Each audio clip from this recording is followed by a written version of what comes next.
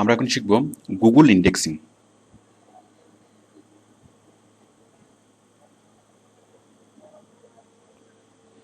Actually আমাদেরকে ওডেক্সের যে কাজগুলো আমাদেরকে দেয় সবগুলো হচ্ছে গুগল নিয়ে, মানে অন্য অন্য সার্চ ইঞ্জিন নিয়ে আমাদের খুব একটা কাজ থাকে না।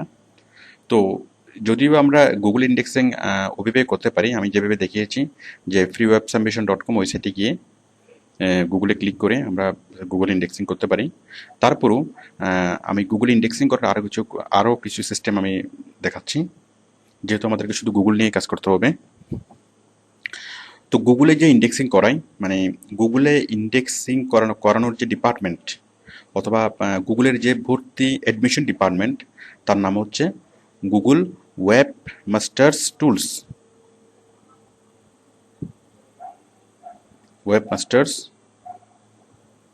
Tools, Google web master tools, এটা হচ্ছে গুগলের অ্যাডমিশন ডিপার্টমেন্ট।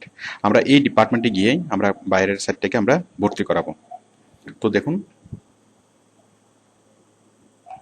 আমরা যাব,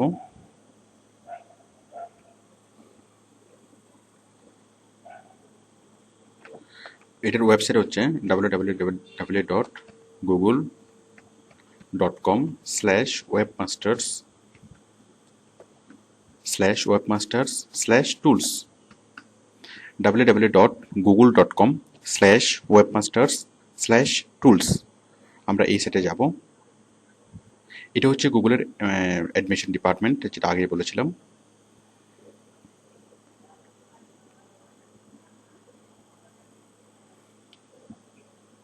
এই যে আমরা আসলাম ওয়েবমাস্টার টুলস ডিপার্টমেন্টে, এখন এটা ওপেন হয়নি।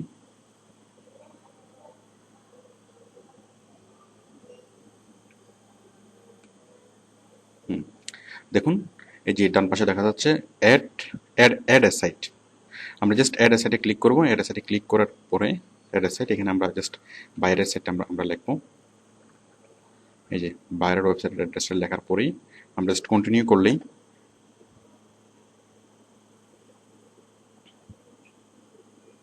বাইরের ওয়েবসাইটের অ্যাড্রেসটা লিখে আমরা কন্টিনিউ করলেই বাইরের ওয়েবসাইটটা মানে গুগল ওয়েবমাস্টার টুলসে অ্যাড হবে।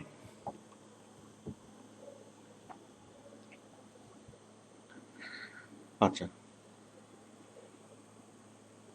এখন দেখুন, এই যে আমরা এইভাবে গুগলে ইন্ডেক্সিং করলাম,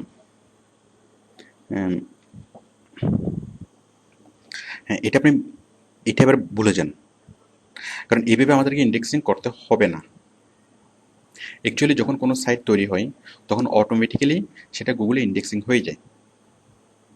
আপনি যদি আজকে একটা ওয়েবসাইট তৈরি করেন, জাস্ট কয়েক ঘন্টা পরেই সেটা গুগলে ইন্ডেক্সিং মানে হয়ে যাবে, অটোমেটিক্যালি হয়ে যাবে। মানে আমরা গুগলে ইন্ডেক্সিং ভর্তি না করালেও গুগল নিজ থেকে আমাদেরকে ভর্তি করিয়ে নেবে। তাহলে আমরা তাহলে আমরা কেন শিখলাম? দেখুন, আমরা যখন কোনো কিছু গুগলে লিখে সার্চ করি, আমাদেরকে রেজাল্টটা যেভাবে দেখায়,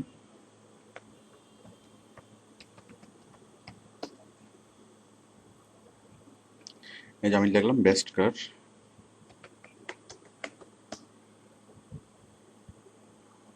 যখন আমি সার্চ করলাম দেখুন আমাকে রেজাল্টটা কীভাবে দেখাচ্ছে। এই যে best car truck and ranking, এর আমাকে একটা টাইটেল দেখাচ্ছে। টাইটেলের পরে নিচে সবুজ মানে ব্লু কালার যেটা, সেটা টাইটেল, মেটা টাইটেল বলে অথবা মেটা ট্যাগ বলে।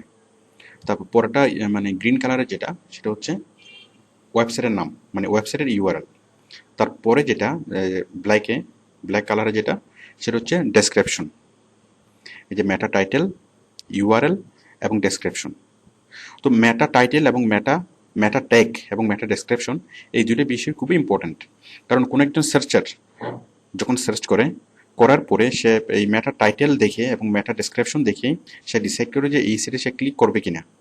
মানে সে যা চাচ্ছে, সে যদি এইখানে এই টাইটেল পড়ে এবং ডেসক্রিপশন পড়ে সে যদি বুঝতে পারে, মানে আগে থেকে যদি বুঝতে পারে যে আমি এই সাইটে ক্লিক করলে, এই সাইটে আমি ভিজিট করলে আমি আমার রিকোয়ার্ড ইনফরমেশন পাবো, তখনই সে ক্লিক করে। আদারওয়াইজ সেটাকে স্কিপ করে চলে যায়। তাহলে আমরা বুঝতে পারলাম যে মেটা টাইটেল এবং মেটা ডেসক্রিপশনের গুরুত্ব। আচ্ছা, তো আমরা যখন গুগল যদি নিজ থেকে এই জিনিসগুলোকে ইন্ডেক্সিং করে নেয়, তাহলে যে মেটা টাইটেল, মেটা ট্যাগ এবং মেটা ডেসক্রিপশন, সে এগুলোকে নিজের মতো করেই সেট করে। আর মেশিন যখন লেখে তখন সে মেশিনের মতোই লেখে। এই জিনিসগুলো অনেক সময় রিডেবল হয় না, অথবা আমরা ঠিক যা বলতে চাচ্ছি যে আমার বায়ারের কোম্পানি যা প্রোভাইড করে, যে সার্ভিস এবং প্রোডাক্ট প্রডিউস করে, সেগুলার মানে পারফেক্ট চিত্র নাও হইতে পারে, সেগুলো পারফেক্ট কথাগুলো নাও আসতে পারে। তো যার ফলে এই ম্যাটার টাইটেল এবং ম্যাটার ডেসক্রিপশন যদি আমার না হয়, এই ভালো না হয়, অথবা আমার যে কথাগুলো আমার সার্ভিস এবং প্রোডাক্ট সম্পর্কে যদি ক্লিয়ার একটা ধারণা দিতে না পারে, তাহলে ভিডিওটা স্কিপ করে চলে যাবে। তো গুগল যখন নিচ থেকে করে নেয়, তখন সে এই যে ম্যাটা টাইটেল এবং ম্যাটা ডেসক্রিপশন সে নিচ থেকে লেখে, এবং এই তার লেখাতে অনেক রকম ভুলভ্রান্তি থাকতে পারে, অথবা সে ওইভাবে নাও লিখতে পারে। আচ্ছা, তো আমরা যখন ঠিক এই জিনিসটা করার জন্য আমরা ওয়েবমাস্টার টুলসের মাধ্যমে কাজটা করি। আমরা যখন ওয়েবমাস্টার টুলসের মাধ্যমে মাধ্যমে যখন আমরা ইন্ডেক্সিং করি, তখন আমরা ম্যাটা টাইটেল এবং ম্যাটা ডেসক্রিপশন আমরা সেট করে দিতে পারি। তো এই মেটা টাইটেল এবং মেটা ডেসক্রিপশন কিভাবে সেট করবেন, এগুলো আমরা অন পেজ এসইওতে আমরা বিস্তারিত আলোচনা করেছি। তো যেহেতু এই আমাদের এখন যেটা টপিকটা আমাদের মানে রিলেভেন্ট টপিক না, সেজন্য এই জিনিসগুলো আমি দেখাচ্ছি না, কারণ এগুলো সার্ভারের অনেক কাজ আছে। এগুলো আমরা অন পেজ এসইও সিডিতে আমরা বিস্তারিত দেখিয়েছি।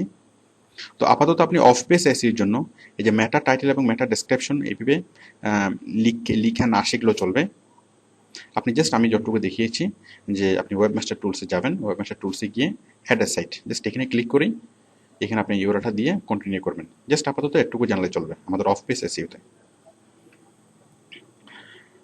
ওকে, থ্যাংক ইউ।